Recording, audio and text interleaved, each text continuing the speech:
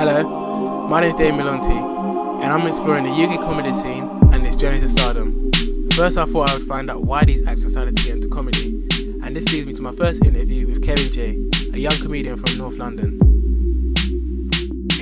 Who would you say was your main influence, like growing up? Who did you watch and think, yes, I can do that, or I want to be like similar to that person? It sounds really weird and like no one really believes it when I told him it, but I never watched comedy. The first time I saw a live comedy was here, and before that I hadn't even watched comedy. My dad used to watch it and I used to just think, oh, it's boring, like one guy on the stage with a microphone, like, I want to see some special effects or some fighting or something.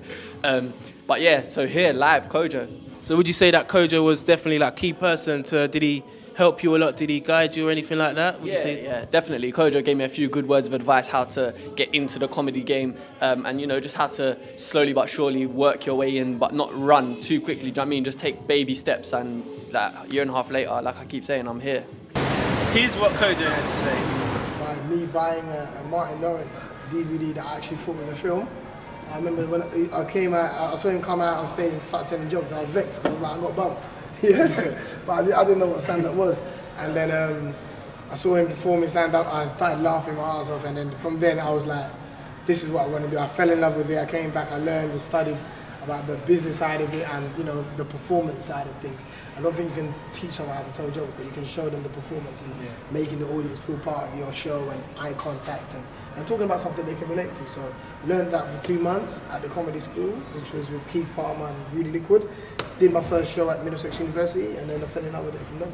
Having heard that Koca looked into an American comedian and Kevin J didn't even have a main influence, I thought I'd ask, why is there a lack of UK talent for us to look up to? Here's what Prince Abdi thought. There is a lot of like talented comedians, you know, on the circuit, both white, you know, and black and Asian. You know, there's lots of them out there, but they just haven't got that platform, that next step. I.e., like they haven't got TV. You know, they don't come on TV much, especially the ethnic comedians. They don't really have too much TV appearances. So there is definitely a lot of talent out here. But the reason why I was influenced by American was that you know, TV is a very powerful medium, and that's where I saw them. Prince Abdi highlighted that there's no platform for urban talent to be showcased in Great Britain like there is in the US. Despite the growing success of American comedians, the one and only Michael Blackson tells us why it's become harder for these acts to break through. As far as urban comedy in the States, it's very hard, but of course it got a lot easier for us because we had our own BETs, a black network, and Comic View. In fact, Comic View on BET gave me my first real television break. And since then, you know, they put BET would show your stuff so many times that after a year or so, everybody would know you, you know. So it's definitely a lot, you know, it's a lot easier now. But the thing about it is so many more comedians now.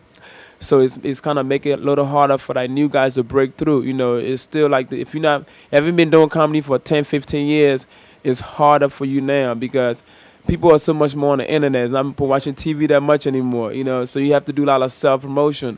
You know, you got to, whether it's Facebook or MySpace or Twitter or whatever, you have to just promote yourself for people get to know you. Because Hollywood, you know, back in the day, it was so much easier for you to get like a TV show, you know. But like now, it's so many reality TV shows that it's hard to get a TV show. So you have to just go out there and you have to do your own thing. You know, you have to build a name for yourself and you have to do your own thing. That's what I've been doing. Michael Blackson said it has become much harder for talent in America to break through due to the rise of new emerging media. With that said, we asked Ken Drysdale, an events promoter, what more needs to be done to ensure the success of future talent. Do you think that maybe there's anything in particular that's needed to make it easier, or?